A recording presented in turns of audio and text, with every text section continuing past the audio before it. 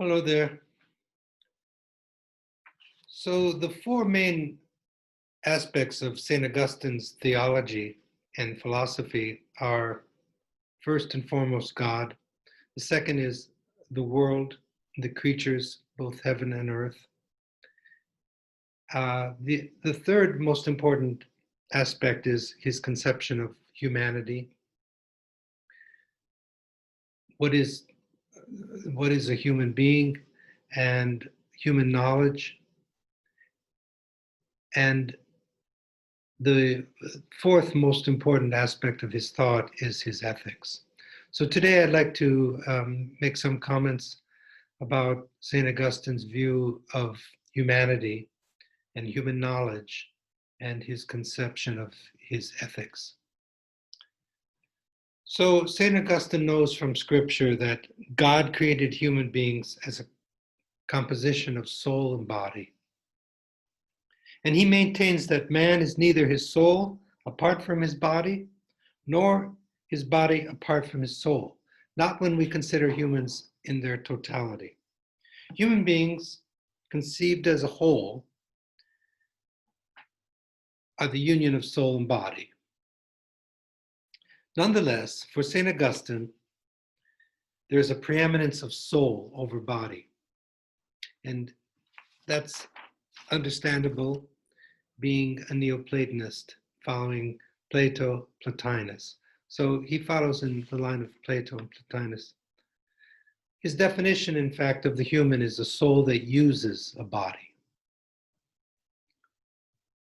So man is essentially a soul that uses the body. And remember, the body is part of the material world for St. Augustine, and it's formless in its nature, but it becomes informed by soul.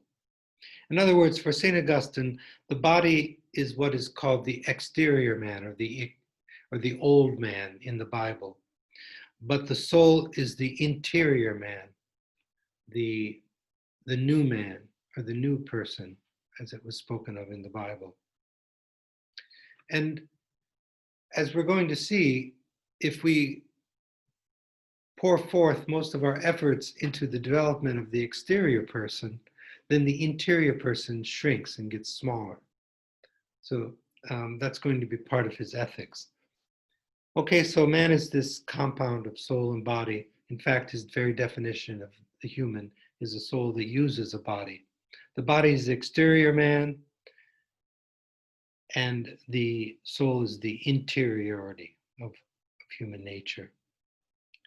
The soul is a spiritual substance for St. Augustine. It's the one who says I, and knowing its body by its senses. The soul is what animates the body. That's a very carefully chosen word. Anima in Latin means soul. And then we say, animation, animate. So anything that's animated is vivified. It's given life by the soul. So the essential aspect of human, therefore, is the soul. And God then is above the soul, vivifying the soul. So you have a kind of threefold animation. There's God animating the soul, not just animating, making it lively, but animating in the sense of giving it life. So God gives life to the soul gives life to the body. So it follows, he contends, that if man wants to find God, we have to look inward. Like in the Bible, why do you search without for the kingdom that is within? We must look inside ourselves to find the source of our own soul. This is a very lofty idea, actually, because if you think about it, the mind is what illuminates things. The mind is part of the soul. But what is it that illuminates the mind? This is called enlightenment. If you can understand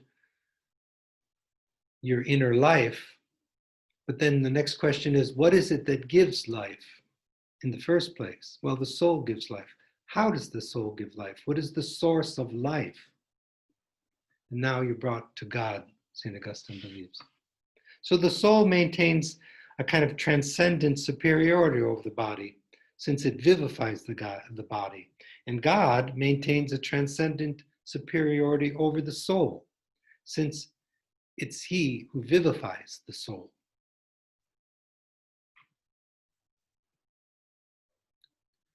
But what is the soul in addition to being that which vivifies a body? Well, St. Augustine claims all corporeal beings are extended in space and measurable according to their dimensions. Later on, if you study modern philosophy, the father of modern philosophy, his name is René Descartes. And if you study Descartes, you'll see how much he took from St. Augustine. For Descartes, the material world is res extensa. In Latin, that means an extended thing. And this is precisely the definition of the material world in St. Augustine. So all corporeal things are extended in space and measurable according to their three dimensions. That's why two material things can't take up the same space. But the soul has neither extension nor dimensions in space. So the soul is incorporeal. And the soul knows this by immediate self-knowledge. It knows that it exists, that it lives, and that it knows. In short, the soul is aware of living the life of an intelligence. The soul is tacitly certain of itself as a thinking being.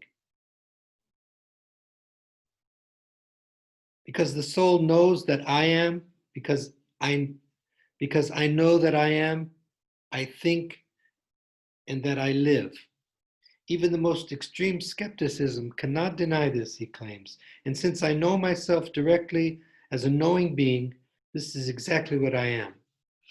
This is very close to the famous cogito, which means I think in modern philosophy.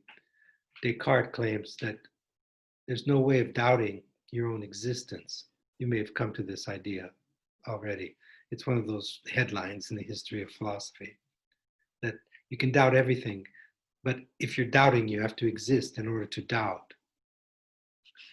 So if you doubt your own existence, you're still existing. Because if you didn't exist, you couldn't doubt. Doubt is a form of...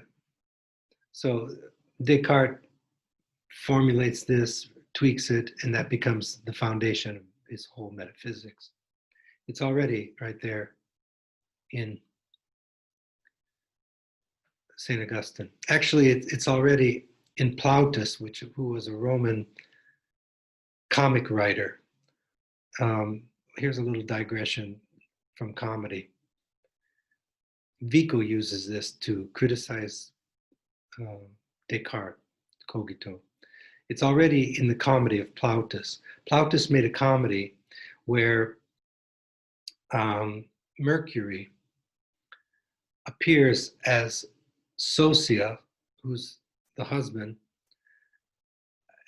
and but the real husband is gone away, and he has this beautiful wife.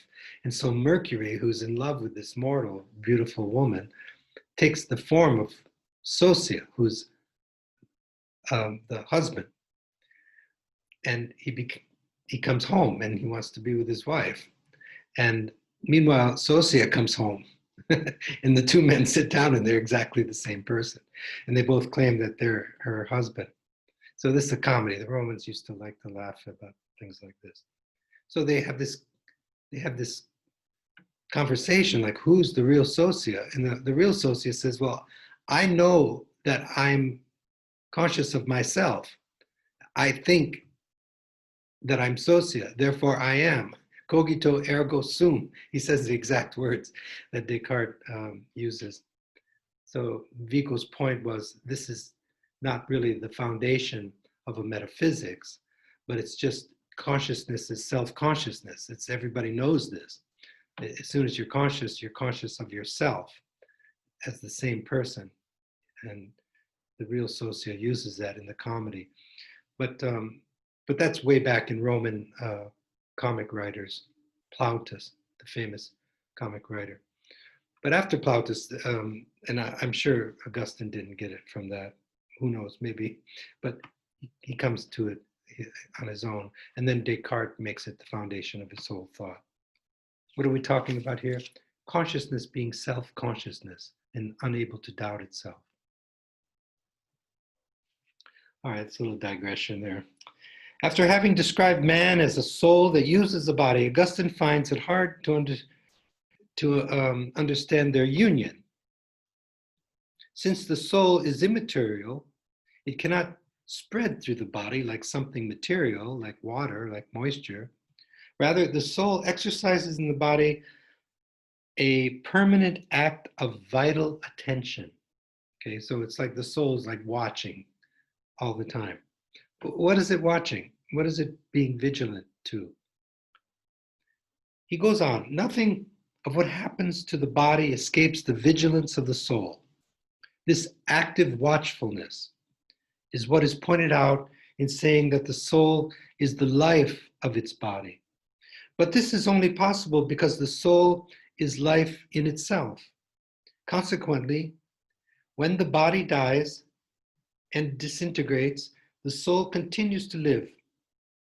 To survive its body is simple for the soul to continue to be what it is. That is, a substance like the body that receives its life from without and hence ceases to be as soon as it becomes unable to receive it. But a substance like the soul is life by virtue of its own nature and cannot possibly lose it. The soul is therefore a spiritual and living substance which is immortal by the very fact that it's a soul.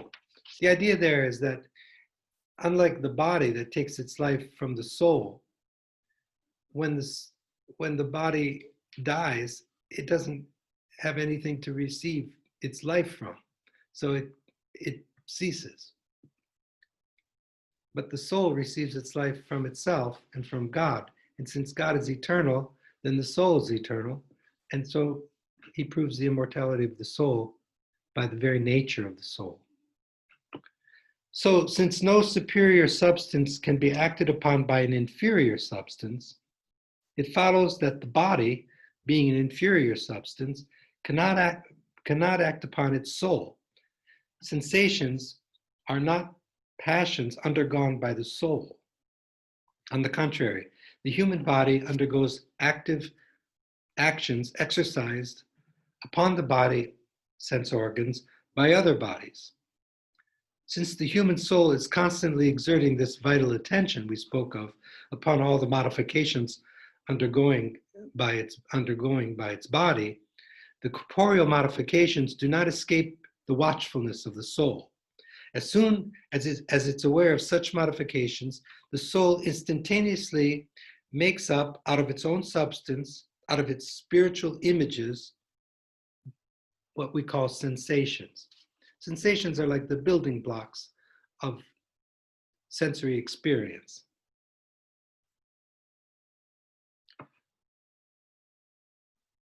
Augustine calls them sense cognitions because it's not just simply something physical. There's something mental going on there too. And then we express these sensations in words like red or hot. This doctrine is in full agreement with the definition of a human being as a soul using a body. For all that which is in the body comes to it from the soul, that is, from sensations. And all that which is in the soul comes to it from within, namely the ideas, the divine ideas we spoke of. This fact appears still more clearly in the inner structure of sensations. Each sensation, he says, say the sensation of the ringing of a bell. Each sensation is a response of the soul to a corporeal motion that lasts a certain time and obeys a numerical law. In matter, each successive moment of these motions ceases to exist as soon as it's replaced by a succeeding one. On the contrary, every sensation has a certain duration. The clanging of a bell lasts a certain time, let's say we hear a bell clang 12 times, the 12 tolls of a bell. Have you ever heard that great poem um, by whom now? The Bells by Edgar Allan Poe. That one is ringing in my head. The tintinnabulation of the bells. So if we listen to the 12 tolls of a bell, what's going on?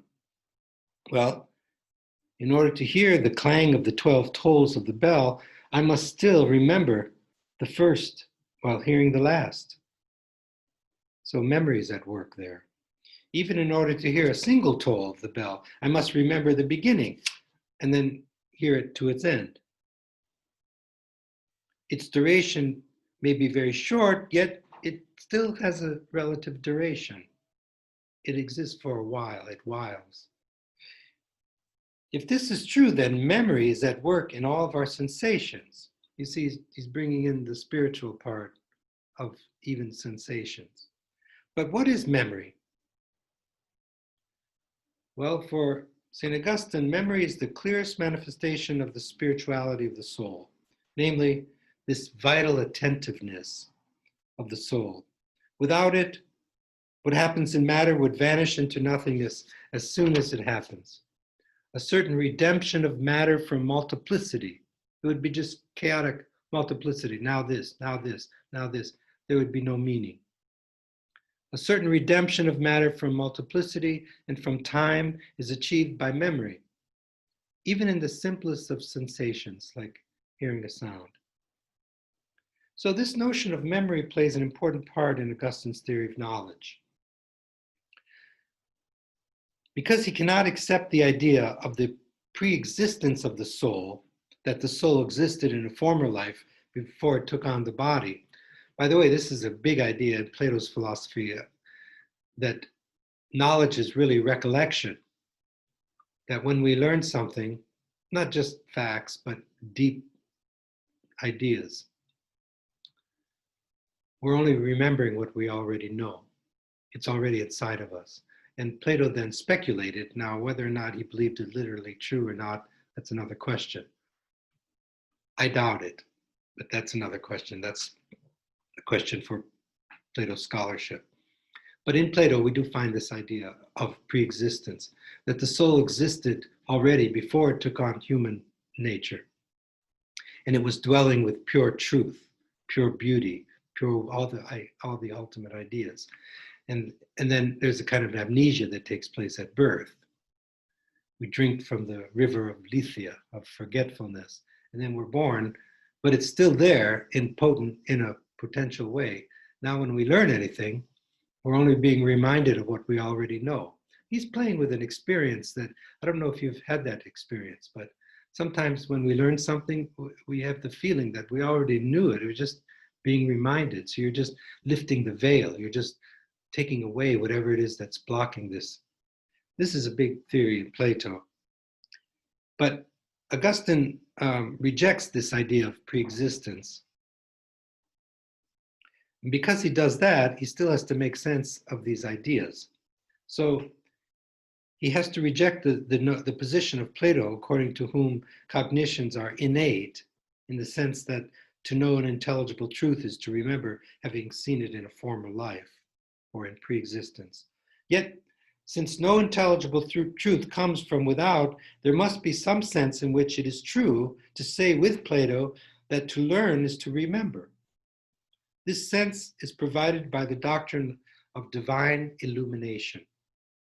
Memory, for Augustine, thus becomes the deepest hidden recesses of the mind in which God dwells by his light, and where he teaches us as our internal master.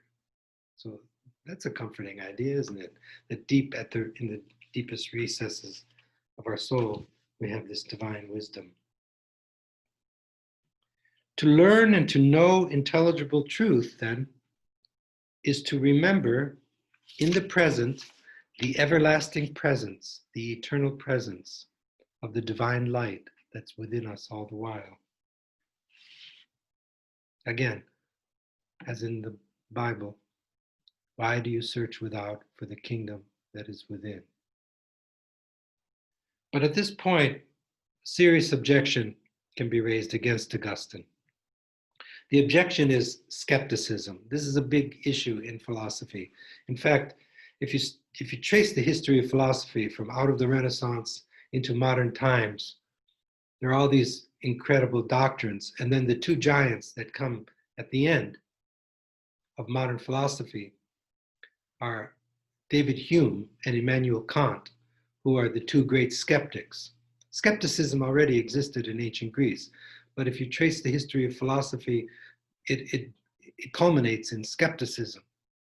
And so Augustine faces this already, and he has his response to skepticism means that it's a critique of dogmatism. Dogmatism means that we make these claims that are illegitimate, that we make these claims to have knowledge of absolute truth and so on, and upon examination, it's illegitimate.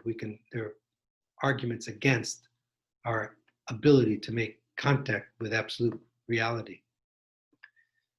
And so there's this objection of skepticism already taking place in the Middle Ages. And this is Augustine's response to that.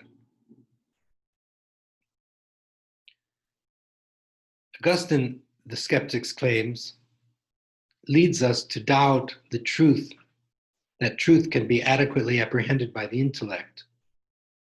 Why do they say this? Well, first, sense impressions function to warn the soul of some changes that are taking place in the body, rather than represent to it the true nature of things. Secondly, the nature of material things in itself is a changeable one, that the material world is changing. So for these two reasons, no pure truth, the skeptics claim, about the material world can be expected from our sensations. And since all other knowledge must be built upon these primary sensations, what are these? Primary sensations are like I feel the table is hard. I feel a certain warmth.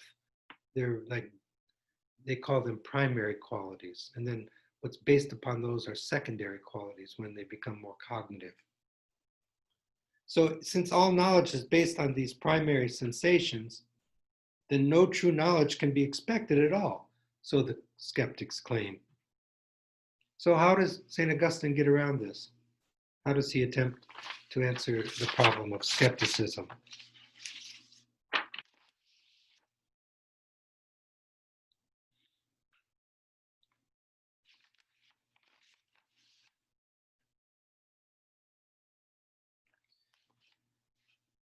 Let me try to clarify just a little bit more about this skepticism before we look to his answer. If sense impressions do not represent the true nature of things, but only warn the soul of certain numerical changes going on in the body, and if the real nature of things is changeable, then does it not follow that no pure truth about the material world can be expected at all? This is the charge of skepticism against St. Augustine. In other words, isn't it the soul that's creating these sensations then? And that there's no real correspondence between what's happening inside of us and the reality? If so, then how do we know that these sensations really correspond? And correspondence is the key to theories of truth in the history of philosophy. There's a lot more to it than correspondence, but that's how we have to always start our thinking about truth, about what we say corresponds to reality, or what we think corresponds to reality. So then how do we know that these sensations correspond to the actual material world? And since all other knowledge is built upon these primary sensations, then how do we know that all other more complex forms of knowledge conform or correspond to the world? This was the question that St. Augustine had to respond to. Well, here's his response. He considered intelligible truth as the best and the only answer to the charge of skepticism. His doctrine of divine illumination is the decisive moment in his liberation from skepticism. The question is, can there be certainty about our knowledge? The skeptics are arguing no. Well, St. Augustine claims, we know already that the soul is the cause of its sensations. And because of this, and because it must use memory to build up all higher cognitions, we must accept that the soul is responsible for all other intelligible cognitions. But this seems to lead to skepticism. But Augustine stresses that there's more to intellectual knowledge than there is in the material thing. It is within this more that certainty is to be found. In other words, there's something more in the intelligible knowledge that what comes to it from the material world than what comes to it from the material world, which is constantly changing and formless. And something more even from what the mind itself can give to it. The fully rational knowledge we find is always necessary. That's what makes it true. For example, we say that 7 plus 3 equals 10. Or when we say wisdom is a knowledge that confers beatitude upon the person who possesses it. We don't simply know that it is so. We say that it cannot be otherwise, that which cannot be otherwise. It's just a circumlocution for necessity. But if truth is necessary, it must be also immutable. For that which cannot be other than what it is cannot possibly change. Let's just take a moment here and pause. Remember at the beginning of this course when we studied the pre-Socratics and I put this stress on Parmenides and Heraclitus, saying there was a crossroads? What was the main doctrine of Parmenides? That truth is unchanging, reality is unchanging, that becoming is mere appearance. We find this in all kinds of forms throughout the whole history of philosophy, especially in Neoplatonism, in all of its forms. But not only in Neoplatonism, in Descartes, who's a rationalist, and other philosophers. This is why they stress on this. But later on, once you get your mind around these ideas we're talking about, think about the connection between Parmenides and St. Augustine here.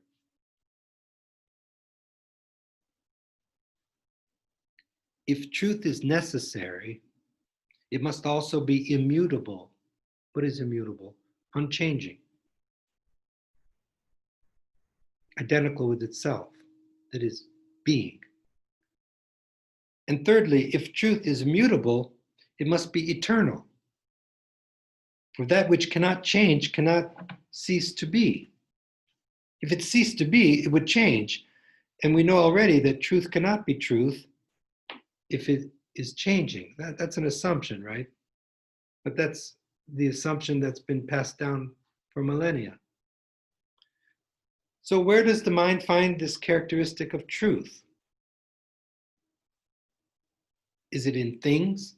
Well, no, because all things are contingent upon other things, and all things begin and end in time, and therefore they're neither immutable nor eternal.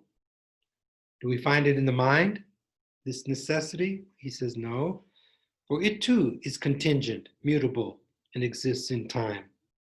So where can we find the ground of the necessity and the immutable certainty of the intelligible truths of our mind? If it's not in things, and if it's not in the mind? Well, the only way to account for this characteristic of truth, what characteristic? Immutability and eternity.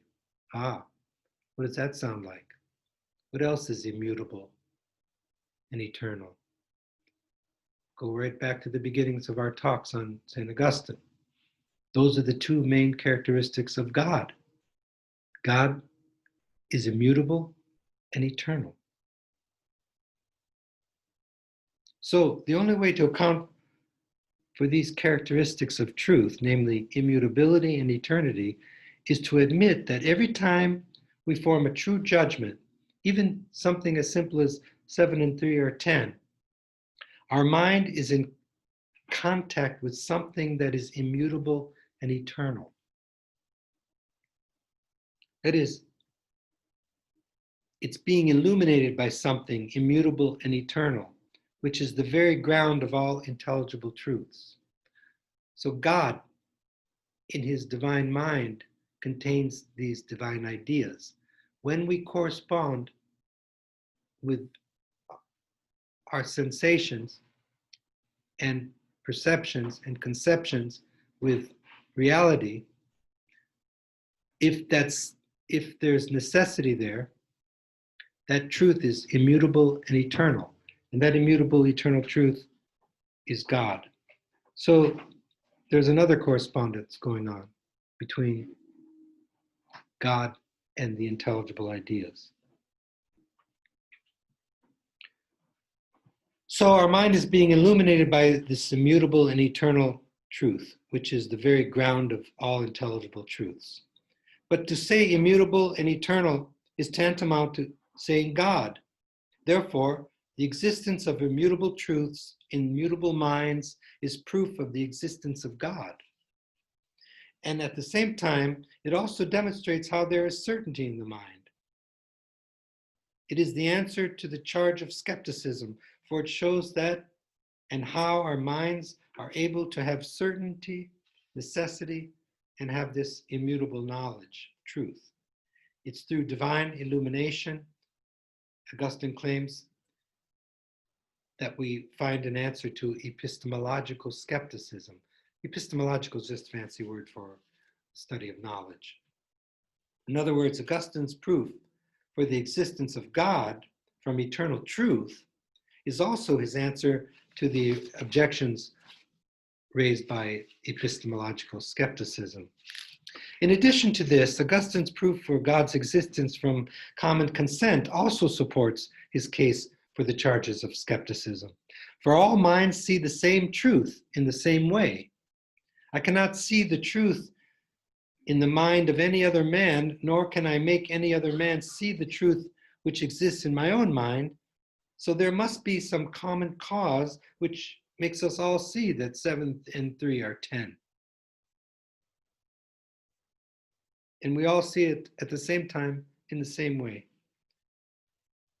It is, for Augustine, none other than God who is the inner master, who teaches the same truth to all minds who seek after it. He is the intelligible sun who enlightens the mind. So the mind illuminates, but God illuminates the mind. This is what it means. To be in contact with that is to be enlightened. And that's an easy thing to say and a great thing to achieve. The mind illuminates. What is it that illuminates the mind? Well, for Augustine, it's God. Thus, man has certain eternal, immutable truths because God is that which enlightens, who allows such truth to come to light in the mind.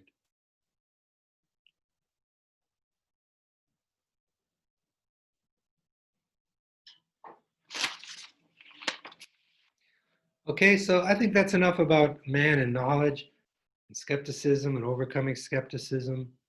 Let me just say a few things about St. Augustine's ethics.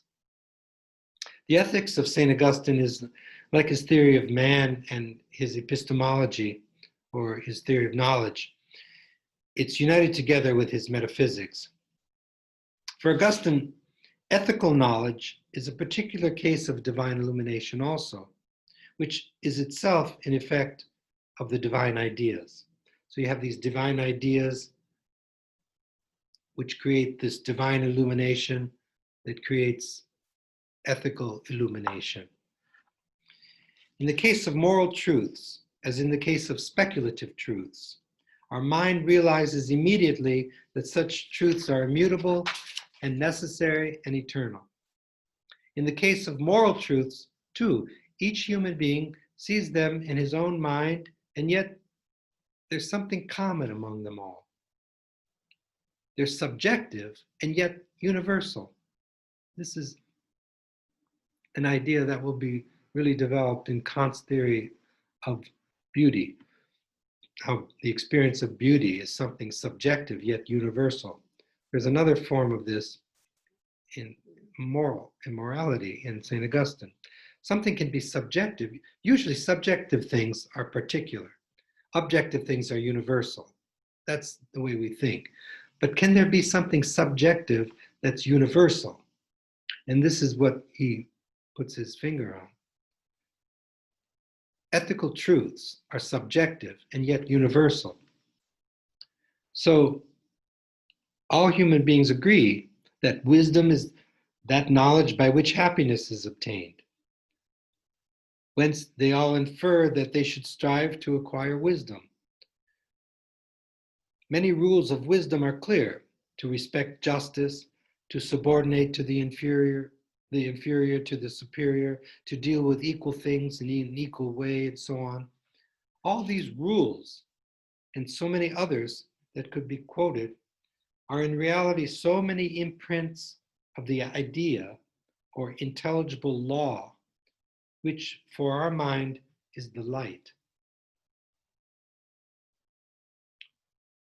So there's a kind of moral illumination of the virtues, just as there is a speculative illumination of scientific cognitions.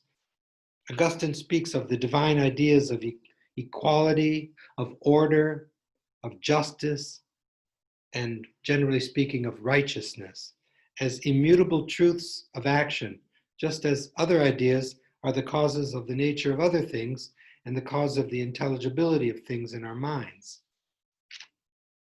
In several texts, Augustine speaks of these divine ideas as the lights of the virtues. So these moral rules, whose lights shines in us, make up what he calls the natural law.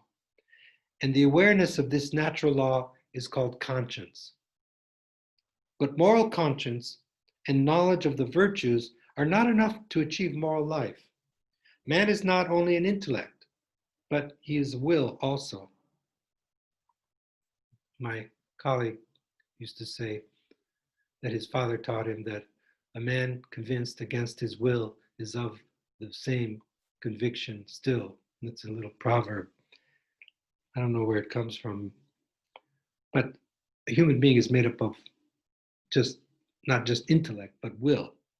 So humans are not just intellect, we also have a will. And sometimes the will does not conform to the prescriptions of moral truth. And then there's no morality in that person.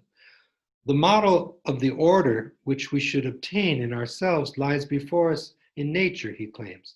The wisdom of God has put everything in its own place and established between things this relation that befits their natures.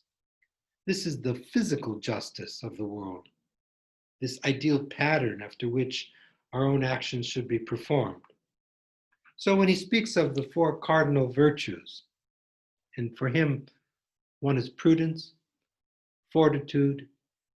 Fortitude is just another name for courage. Temperance and justice. Prudence, fortitude, temperance, and justice. These are particular moral expressions of the eternal law, or rules of conduct for our moral life. The common origin of the moral virtues is the conformity of our will to these eternal moral laws, whereas the common origin of moral vices is the unjust move of a will that refuses to conform to the prescriptions of the eternal order. More specifically, vices are the disorderly motions of wills which prefer the enjoyment of material goods to the enjoyments of intelligible truths.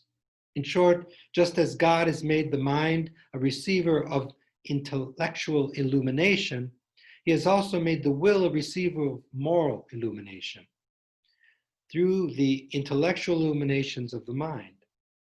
So to be an intellect is not to be wise.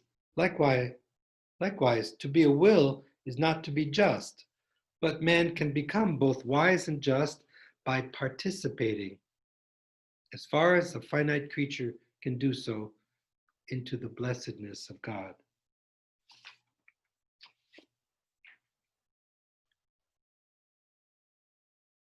St. Augustine never maintains that matter was inherently evil, nor does he say that man was created as a soul imprisoned in a body as punishment for sin. For Augustine, the body of man was not made by God as a prison for his soul, but this is what it has come to be because of the consequence of Adam's sin. But he interprets Adam's sin in a metaphorical way. He interprets it morally. The main problem of our moral life is to escape from this jail. So he has this metaphor of being imprisoned in the body. Sin is nothing other than the transgression of the divine law.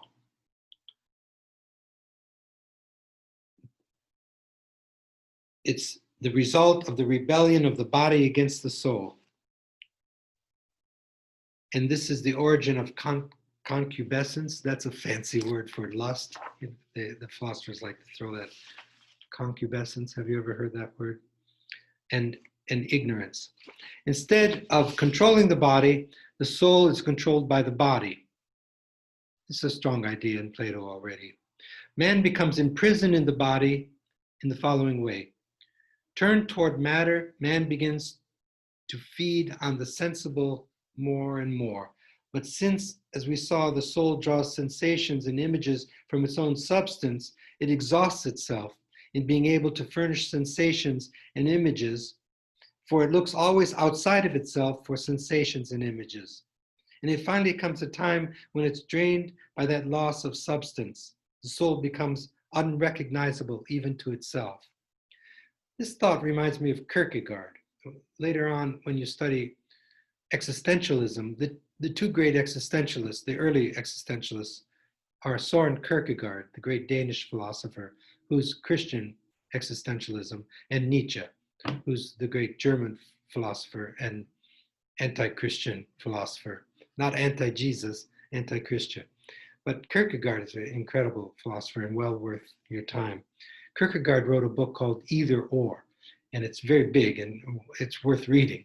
But there's this character who has to choose either to be an aesthete or become ethical. And he finds himself drained by being an aesthete, by always trying to find new experiences to nourish himself through the material world. The movement in Kierkegaard from the aesthetic life to the ethical life is mirrored here centuries before Kierkegaard wrote.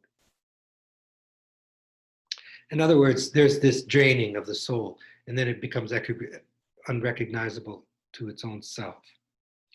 It comes a time when it's drained by the loss of substance, the soul becomes unrecognizable even to itself. It then takes itself to be a body. It identifies its real self with its body. Remember the external person, the internal person. And the internal person then withers. It is this air and not the body which is the soul's tomb and the evil from which it has to be liberated. So the body is not inherently evil. It's this dynamics that I'm talking about. But man cannot save himself from the fall by virtue of his own will alone. And I'm going to save you all the details of that, but there's this big debate in medieval theology about the role of grace. And can man save himself by his own will? Well, perhaps I should not just let me talk about it a little more. There's this anti-Pelagius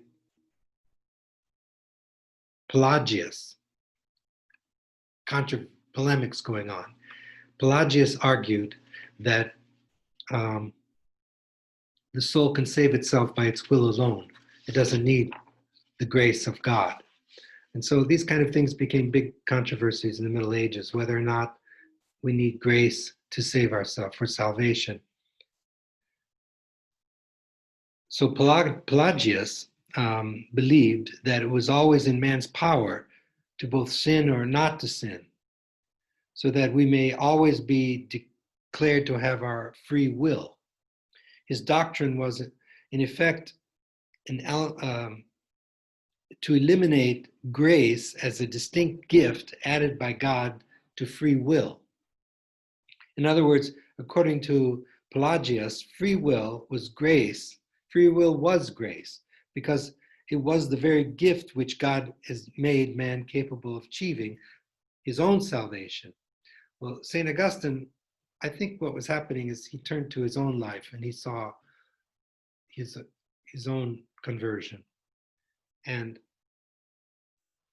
St. Augustine, on the other hand, argued that free will is only a necessary but not a sufficient condition for man's salvation. Grace is needed as a free gift from God in addition to man's effort. So why did he say this? He wanted to assert man's dependence upon God. And why does he want to show man's dependence upon God? Because he wanted to define man as a creature. Why does he want to define man as a creature of God? Because he was a world historical vessel of absolute spirit. Remember I said earlier, there's something strange about Augustine's life. What's going on inside of him is going on in world history. So he takes both grace and free will as elements necessary for moral righteousness, because grace is the necessary aid granted by God to man's free will. In effect, the effect of grace is to help our free will to achieve its purpose. Grace, then, is not something which suppresses free will, for the power of using free choice to good purposes is precisely liberty or freedom. To be able to do evil is proof of free choice. To be able not to do evil is also the proof of free choice. But to be confirmed in grace to the point of no longer being able to do evil is the supreme degree of liberty. So he's got this idea that the very fact that we can choose right from wrong testifies to our liberty, to our free choice. But if we reach a point where these moral illuminations are guiding us, and we no longer are even tempted to choose evil, then we're absolutely free. So freedom has to do with liberation from the prison that takes place when our body rules our will. Think about it. If your body is ruling your will, then you're not free. It's your body telling you what to do. So freedom comes when you're controlling your body. So he thinks that liberty or freedom is connected to moral righteousness. So the man most strengthened by grace is also the freest. This is why Augustine says true liberty is to serve Christ. So man lost perfect happiness by turning away from God to the body, and this is what the fall of man really means. The man and humans can rise only with the help of grace, by turning away from the bodies to God. The fall was the movement of cupidity, that is, of the desire for the body. The return to God is the moment of charity, which is the love of that which alone deserves to be loved. Expressed in terms of knowledge, this conversion to God consists in the effort of human reason to turn from the sensible to the intelligible. As immersed in sensible objects, reason is called inferior reason. As striving to break away from sensible objects and to rise up to the contemplation of the divine ideas, that is called superior reason. Plato and Plotinus, according to Augustine, already knew that this was the end purpose of man. They knew the goal, and they themselves seemed to have sometimes attained it for a split second in some fits of ecstasy. But they did not know the way. And for Augustine, God is the way. So they knew the goal, and they knew the goal, but they didn't know the way. So, according to Augustine, the Christians who philosophize deserve the name philosophers. For since the goal of philosophy is happiness, to be happy through the enjoyment of wisdom is truly to be a philosopher. So those are my remarks on St. Augustine's view of humanity, of human knowledge, of his overcoming of skepticism, and of his ethics. Okay, let's turn now to St. Thomas Aquinas, that other giant. Like St. Augustine and St. Thomas Aquinas are like Plato and Aristotle are to what St. Augustine and St. Thomas Aquinas are to the Middle Ages, Plato and Aristotle are to ancient Greek philosophy. These are the two giants. But that doesn't mean they're the ones that we want to agree with the most or anything.